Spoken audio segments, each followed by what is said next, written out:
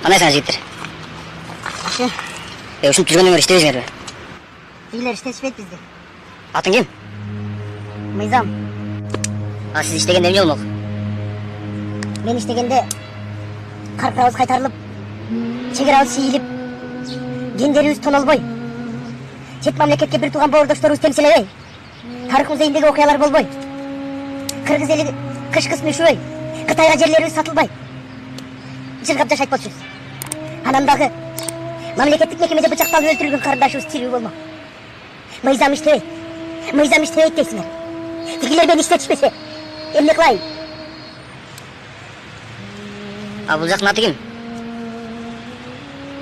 Адилет.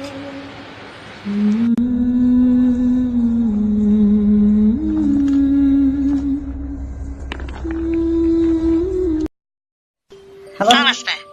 Саламатсызбы? Сүйүнчү, кызы болуңуз. Кыздым. Рахмат. Сүйүнчүнүн анам айта чыдасына 5 миң сом ала келиңиз. 5 миң сом.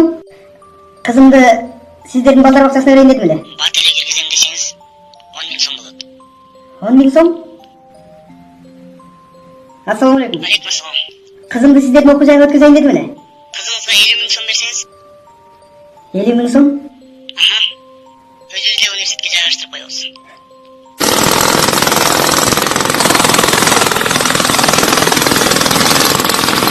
Чоңгар мырза сизби? Ооба мен. Биздин мекемеге келе аласызбы? Эмне үчүн? Кызыңыз өлүкканада. Я. Кандайча? Алло. Шаарга жакын койдурам десеңиз 50 миң сомдон 100 миң сомго чейин. Бул тоо жакка койдурам десеңиз 20 миңден 50 миң сомго чейин.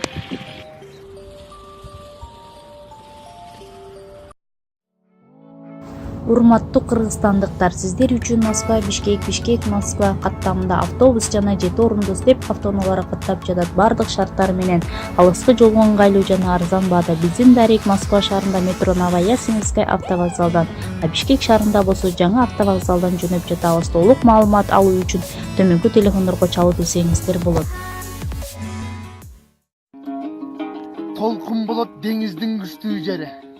Толкундай бол кыргыздын жигиттери. 99 өнөрдүн ээси бол деп тоолук эне төрөгөнгө сени мене. Чоку болот тоолордун бийик жери. Чокудай бол кыргыздын жигиттери. Чок кармаган колуң менен баатыр бол деп чоңойтконго чоңоталар сени мене. Кыргыз деген ким өзү? Айбаты күч ташты жарат мүнөзү. Жүрөгүндө алоолонгон оту бар. Кыргыз деген чагылгандын бир өзү.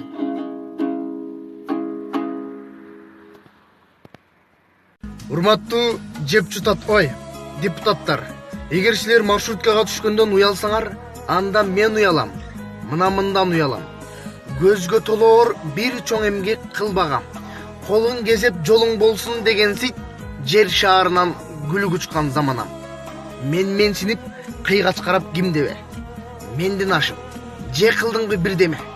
Жеп ичкениң кымбатыраак эле болбосо, жердин асты экөөбүзгө бирдей эле. Мен уялам. Мен эмнеден уялам? Элим үчүн али кызмат кылбагам.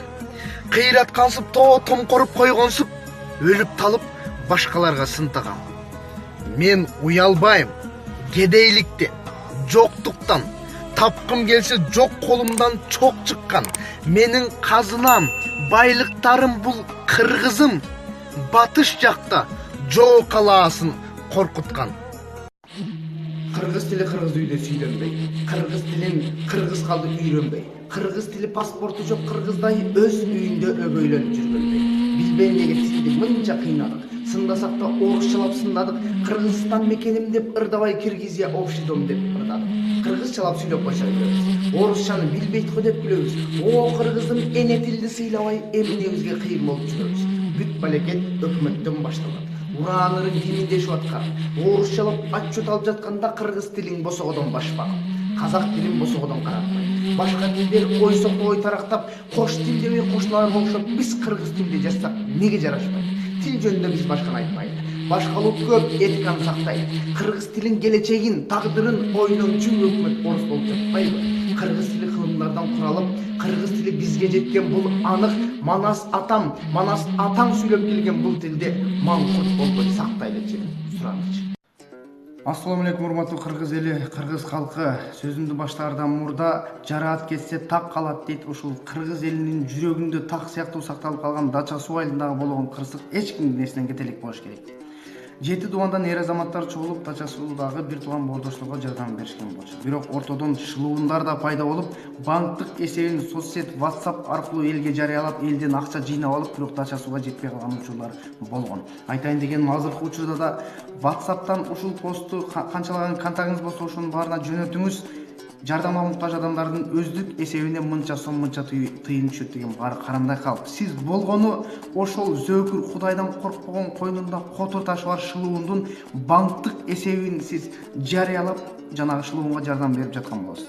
Эгер сиз жардам бергиңиз келсе, Кыргызстанда аты чыккан мисалга алсак, элим барсың же ушу сыяктуу фонддор аркылуу жардам берсеңиз болот.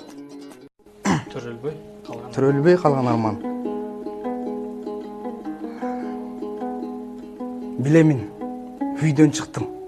Врачка баратасың. Эстээрсиң, мени бир күн агарган кезде чачың.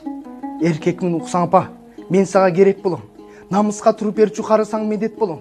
Ырыскым Кудай берген бар чыгар, кыйнабаймын. Алдырбай төрөп алчы. Апаке, ыйлабаймын. Агам бар 5ке чыккан. Мен ага эне болом. Атабыз башка билен балаңдын бири болом. Жүрөгүм менен сүйлөш. Ал деле кыйбай турат. Бийирсиз балам төрөйм деп ажалга карап турам. Апаке, суранамын. Кеч болуп кетелекте. Бычактын мууздак мизи жүрөккө жетелекте. Орунсуз жаңылышкан оюңдан кайтып кетчи. Колумдан ушума жалдым. Дооронбек Садырбаев агайдын депутат болуп турган учурундагы сөзүн сиздерге окуп бергим келип турат. 70-80 жылдан бери бала чакага мөмөсүн төгүп, куураган бутактары үшүгөндүн жанын жылытып, жашыл жалбырактары айлана тегерегине кислород чачып, ааламга жашоо таратып, ысык күндө пенде бүткөндү аптаптан калкалап, тирүүлүк менен эриш аркак жашап өнүп өсүп турган бир чоң байтып таракты элестетиңиздер. Бүтүлбөгөн жерден кайдан жайдан пайда болгону белгисиз, колуна балта, теше, ара, кыпчуур, күрөк, аркан жип кармаган арык семиз аял эркек же сырткы кебетесинен кайсы жыныстын өкүлү экени таанылбаган, бирок эч кимге жаа бербей шымаланып жулунган адамдар кирип келишип, учурунда алардын демократиялык чапанын жамынган неокоммунисттер экенин мен билбептирмин, эми билип олтурам. Ошол алчуу даасын жеп жутуп калган немелердин жанагы байтып таракты таламайга ала баштаган. Саламатсыздарбы, ата, эне, биз жакшы. Кыштан эптеп чыктык. Сөзүмдү кыскартайын. Кошунабыз Тажикбек байке Кытай бүлежеге акча карыз экен. Анысын бере албай огородунун бир четин бөлүп берди. Сиздер да эч кимден карызга акча албай эле коюңуздарчы. Ансыз да корообуздун көркүн ачкан каркырабызды жоготтук. Анан да сыналгыдан кайсы эфирге койбойлу сиздер аттиш, камера, тец, жыртылган жолдор жөнүндө. Кошуналардан уялганымдан шапкамды басып үйгө кирип кетем. Жакында байкелерим KG номер жөнүндө сөз кылды. Анын ордуна паспортубуздун улуту деген жерине 6 дамгадан турган кыргыз деген сөздү басып бериңиздерчи. Байкелериме айтыңыздарчы. Урушпай бири-бири менен ынтымактуу иш алып барышсынчы. Сиздердин уулуңуздар Кыргызбай.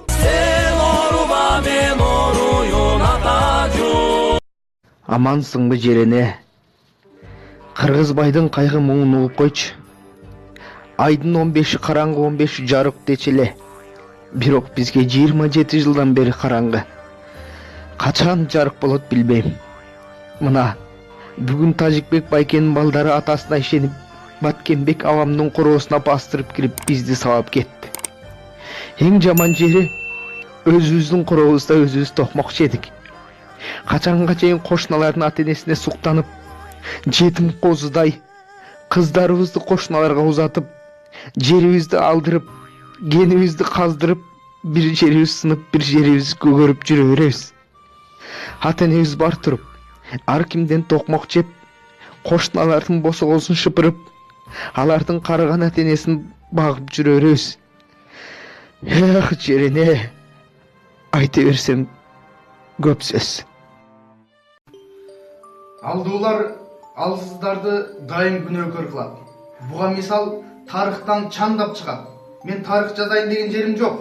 Айтайын дегеним, ортодон бир жоголуп, кайра табылып, табылса да бир иштеп, кайра иштебей, иштесе да алдууларга алы жетпей, алсыздарга күчүн көрсөткөн бүгүнкү Конституция күнүңүздөр менен куттуктаймын.